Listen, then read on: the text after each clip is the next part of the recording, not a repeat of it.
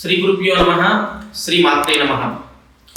సాధారణంగా హిందూ ధర్మంలో ఆధ్యాత్మికమైనటువంటి చింతన, దైవభక్తి ఉన్నటువంటి వాళ్ళు అందరూ కూడా కొన్ని రుద్రాక్షమాల, స్ఫటికమాల, కరుంగలి మాల, తులసి మాల, ఇట్లా అనేక రకాలైనటువంటి మాలలు, ఎన్నో మాలలు ఉంటాయి. ఆ మాలలు ధరించడం వలన కొన్ని బెనిఫిట్స్ అనేటువంటిది తప్పకుండా మనం పొందుతాం. అందులో భాగంగానే ఈరోజు మనకు స్ఫటికమాల గురించి తెలుసుకుందాం.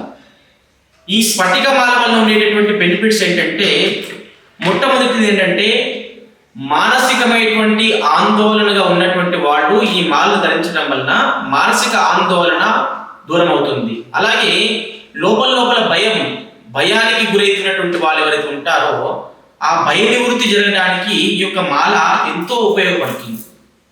ఇంకోటి ఏంటంటే శారీరకమైనటువంటి ఉష్ణోగ్రత, ఎవరికైతే హీట్ బాడీ ఉంటుందో ఆ హీట్ బాడీ ఉన్నటువంటి వాళ్ళకి ఈ మాల ధరించడం వలన ఉష్ణోగ్రతని క్రమబద్ధీకరణ చేస్తుంది అన్నమాట.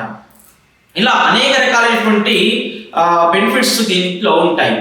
అలాగే మానసిక ప్రశాంతత, మరి ధ్యానం చేసుకున్నప్పుడు, పూజ చేసుకున్నప్పుడు, మన ధ్యానంలో కూర్చున్నప్పుడు, జపం చేసుకున్నప్పుడు ఈ మాల ధరించడం వలన మనకు మానసికమైనటువంటి స్థిమితం కలుగుతుంది అనమాట.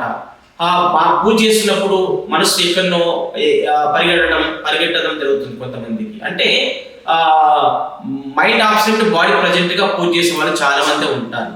కాబట్టి మానసికమైనటువంటి స్థిమితము రావాలి అంటే ఈ మాలను మనం ధరించి పూజించడం వలన మనకి మానసిక ప్రశాంతత వస్తుంది.